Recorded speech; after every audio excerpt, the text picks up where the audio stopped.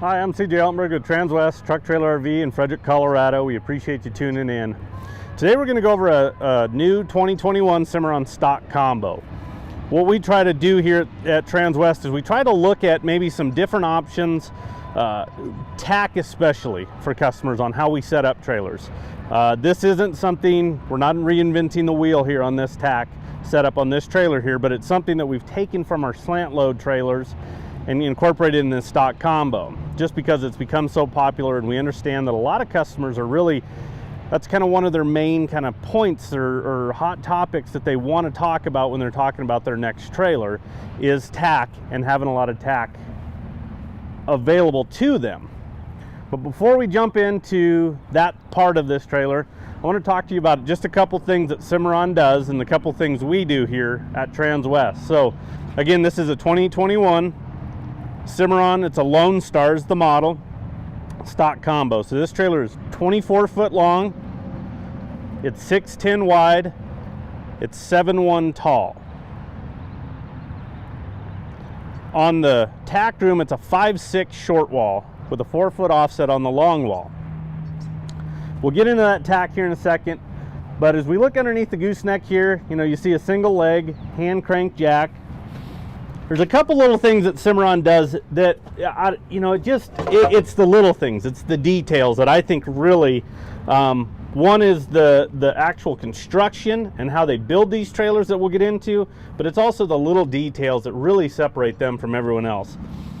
So we have a removable hand crank jack handle, but it also doubles as a lug wrench for you, which is kind of cool because you always have basically a lug wrench with you if you do have to change a tire, anything like that. Good place to store it. But then also, I've got this plugged into power so we can run the lights, but there's also another place for us to store our 7-pin when we go to unhook this trailer and leave it. We've got a hook to keep the cord up out of the way, and then the 7-pin actually drops right in there. So one thing that we do at Transwest, and if you watched our videos, we have talked about it time and time again about this gooseneck drop wall and why it's so important. And why it's so important today is because our trucks, every manufacturer, GM, Ford, and Dodge, all the trucks continue to get taller. So we're really having a struggle in the industry on getting these trailers to be running level on both axles, but also have bed clearance, so we're not dinging up a bed. If you're running a flat bed, no problem at all, you don't have to worry about it. But in these, we always like to try to hit about 7.5, 8 inches, 8.5 inches of bed clearance. Want to be able to put my thumb on this bottom rail and maybe touch the top rail of the truck if possible. That's what we strive for. It's not 100% every time we can get it, but that's what we try to shoot for. So the standard is 50 inches of this gooseneck drop wall, so from the bottom to the bottom of the box. But because of these new trucks being taller, we're actually building these trailers with a 53-inch gooseneck drop wall. So basically, if you roll in here with a brand new pickup, as long as it's, suspension and tires, if it's not anything really aftermarket, really, raising the truck up as far as a lift or anything like that. But if you pull in here with a new truck, more than likely, we're gonna be able to set this trailer exactly how it needs to run down the road. Nice and even, so we have even weight distribution over the axles, but also bed clearance. So that's something that we do on our Cimarron using trailers. Living quarters, we don't get into that. And then our air ride trailers, we'll take it by a case-by-case basis. But on these type of standard trailers, that's what we do. So we'll work our way here to this tack room, which is really cool. We're really excited about this. I've got it opened up. So this is a dual door tack room. So you've got, again, a 5.5 foot short wall on driver's side with a 4-foot offset here on passenger side. But as you can see, we put dual swing outs on both these doors, and we'll show you a little bit more as we get to the other side, but we'll step in here as well. The cool thing about this is we don't have to step foot in this trailer to put saddles on or off. These are adjustable, these pads are, so if you need to move them up or down, add more, remove them if you want to, you can do that. But the swing out mechanism is so nice because, again, we're not having to crawl into this trailer. This gives you a really good view of a nice 42-inch wide door. We do that on our swing outs because when you are swinging this out, when you have saddles on here, the last thing we want to do is hit door frames with your saddle. So we put a 42-inch wide door, which makes it really easy getting in and out of this trailer, even when that swing out is actually out of the trailer. I can walk by everything right here and still get in this trailer very easily. 4-tier blanket poles on the door, brush tray on the door. This is also on a gas shock, so this swings out as well. And we like to go in and add these steps to these trailers because, man, it just makes that transition really nice and smooth and easy. We understand at times you are going to be carrying stuff in here, so it's never fun to try to make a big step up when you're carrying a lot of stuff. It just makes it nice and easy coming in and out of this trailer. So a couple things up here: carpeted the deck, the gooseneck drop wall. This is a marine grade carpet, so it can get wet and you're totally fine there. But we have windows in the gooseneck, so if you do want to throw a mattress up here, spend a night or two in here, you can get a cross breeze. You know, if I'd get a little claustrophobic if it didn't have the windows. I like to be able to see out. Above the window over here on the right hand side, you'll notice a storage tray, and that's for our plexiglass that we have in the air gaps. So the nice thing about that is if you are wanting to take that plexiglass out on this trailer and store it, you know, it's up, it's out of the way. The other thing that we recommend is carry a roll of masking tape and a black Sharpie, and then you can write driver side upper, driver side lower. You tape them together, that way people know where those pieces are going. It's not a puzzle when you go to try to put them back in there. So that just saves a lot of time and energy and frustration. So we have a shelf with a closed bar. This has a nice lip to it. It's 18 inches deep, so items aren't going to slide off of there. And I mean, these guys are stout. There's some manufacturers I wouldn't even attempt this, but I'm hanging on that thing. That thing is on there. So, you know, they really do a good job on making it nice and sturdy. And then below that on the gooseneck drop wall is a 12-inch boot box. Store some kind of miscellaneous items. It's a nice step getting up into the gooseneck as well. Now, we didn't run it all the way across, and that's because we didn't want it to interfere with this opening. So as you can see, with stopping the boot box where we did, it's still very easy and inviting to get in here. You know, I'm not having to work around anything. So that's something there that we did. Also, you have LED lights in here above each door, and there is 2 switches. So there's one on each side of this trailer that'll run these. That way you don't have to be like, oh, dang it, I went to the wrong side and the switch is on the other one. No, you can step into each door and hit these switches here. And then on the partition wall, we carpeted the entire thing, and then we put 2 rows of hooks for you. And I'll move this saddle rack out of the way again, and you'll notice we've got a corner water tank back behind it. That's kind of some wasted space, so it's kind of nice to have about 25 gallons of fresh water on board with you. That way if you're traveling or you're going to a trailhead or going to a show or roping or anything like that, you've got some water there at the trailer. You don't have to go find a hydrant.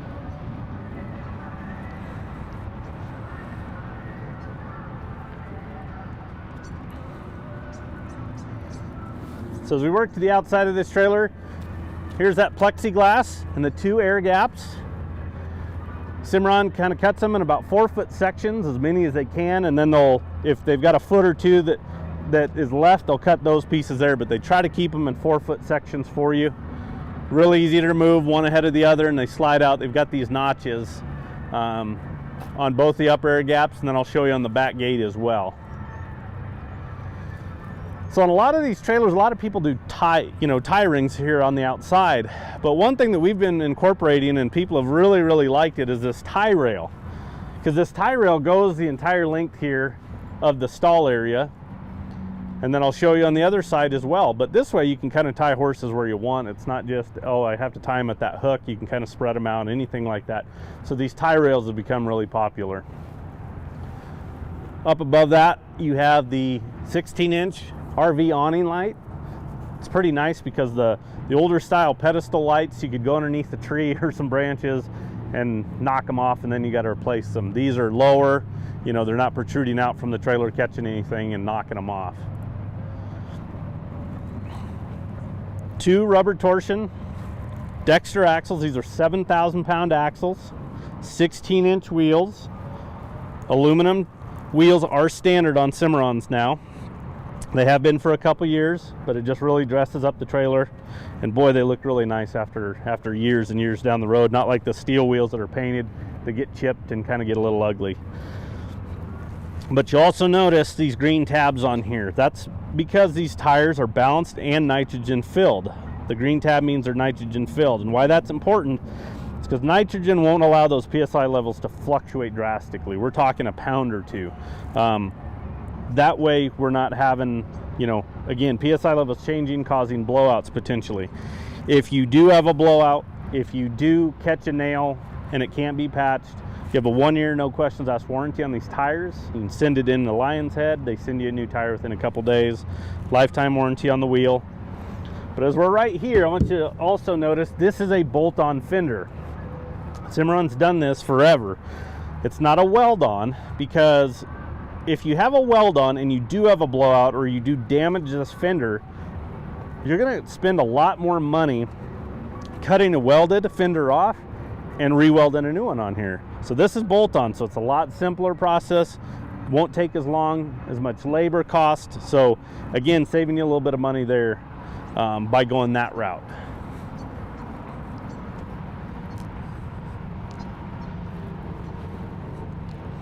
Now as we work our way to the stall area, as you're coming around, you'll notice we have a single gate. It's solid. We have the plexiglass in the back there as well. What a lot of people don't realize is actually the plexiglass at the back is really important, because what happens is you're going down a road, especially if you're in gravel where there's dirt and dust, that will actually swirl at the back of the trailer, and it'll actually try to come into the trailer itself. So if you stack a whole bunch of horses in here, a whole bunch of cattle, as you work forward, you'll notice that more than likely on their backs, over their rump area, they're going to have more dust at the back, cattle or horses, and it'll taper as you go forward. Well, why is that important? None of us want any of our livestock or horses to be inhaling dust. So having the air gaps filled is really important, or at least having that ability to. On some trailers, we'll build it to where that's solid. There's no air gaps at all. So we did a couple little add-ons to this trailer, just kind of based on how it is. One of the first things is we went in and we put kick mats here on the hip wall, and then also against the partition wall here. And then we went ahead and we put the gate to match the angle of the partition wall. So that's why it's swinging over to driver's side. But this front stall here is 6 foot. You know, with this here, obviously depending on the size of horses, but you could potentially get 2 saddled horses in this front compartment and shut that gate. We like to be able to you know, we're not as big on cramming it right up against the escape door if possible. We want to give you a little bit of room. This works also really great for storage if you need to, if you're hauling a lot of hay, bedding, any other equipment, anything like that, because we can shut this gate and we don't have to worry anything, you know, getting back to the horses or livestock or underneath them as you're going in transit. And there's an access door on the outside that I'll show you, but let's check out this gate, because they've got this is kind of nice. They've got a little foot here for the gate to sit on, but then we have an anti-rattle. This is a heavy UHMW piece of plastic up here with this pin, so it locks out of the way. So it's really simple when we're going to open this up to just slide it across, and it catches automatically. But as we go over, you have your recessed latch. The paddle itself is that UHMW, so again, we're trying to eliminate metal-to-metal contact. And then this outer piece is a cast aluminum that's been powder coated. But you'll notice everything's flush against the wall, nothing's protruding out. You know, everything is safety oriented when it comes to the horses or livestock that we're hauling in these trailers. Another nice thing, again, we're kind of incorporating that tie rail, kind of like we did on the outside. And what I want you to notice is this is fantastic because it's between these air gaps, it's at a nice height, but again, it goes the length over here on this driver's side. Because, for example, if you have this plexiglass in, you can't get around these posts to tie anything to. So that's why it's really nice to have these interior tie rails for that reason. And then you'll notice here too as well on these upright posts with the extrusion that Cimarron does, you know, this is nice and smooth. There's not the big gaps where manure or other things can get behind the post in this extrusion. It's a hollow core extrusion, so it's really stout, but they've got it to where it's nice and flush in here. Those posts are very, very stout. So Cimarron uses a post that's more of almost a perfect square, and it has the same amount of aluminum as these that you'll notice on the roof bows up here. These are more of a rectangular up here. Same amount of aluminum as the side post. A lot of competitors use this for their upright posts. And I tell you, you get a 20-foot stick of this and it'll wobble like a noodle when it's in your hand. The upright post that Cimarron uses is, I mean, you take a 20-foot stick of that and it's like a pencil motion. I mean, it's stout. So those are a couple things that they do. We talked a little bit about, when we're underneath the gooseneck there, about the construction. So here's one piece of that. Same with the extruded sides. But what we're standing on is we're standing on the industry's best floor. So this is a 12-inch extruded deck, 4-inch centers. It's got a V-truss in the middle. Wherever you have a horse, a cow standing on this floor, they're standing on a support beam. So that will give so much longevity to this trailer because the floor is so stout. The first thing to tell quality of an all aluminum trailer is crawl underneath there and look at the floor. When centers are spread farther apart, it's cheaper to build, it's not as stout. So when you spread centers, now all of a sudden you have animals standing between support beams where a lot of manufacturers will lay a piece of aluminum down and just tack weld from the bottom. So that's where you get those pits and waves over time. Again, this is an extruded piece of aluminum. It's all one piece, but then it interlocks, double tongue and groove. It's kind of like Legos. When we start putting this trailer together, it just gains strength as we go up. And then to top it off, you have Cimarron standard insulated roof. It's a 1/2 inch thick, honeycomb, R3 thermal value. It will take substantial hail. And why that's important is, when you go to sell your trailer or trade it in with us, we're gonna, if you have an aluminum sheeted roof with hail damage, we're gonna account for that. So there goes a little bit of your money, of your investment because of that.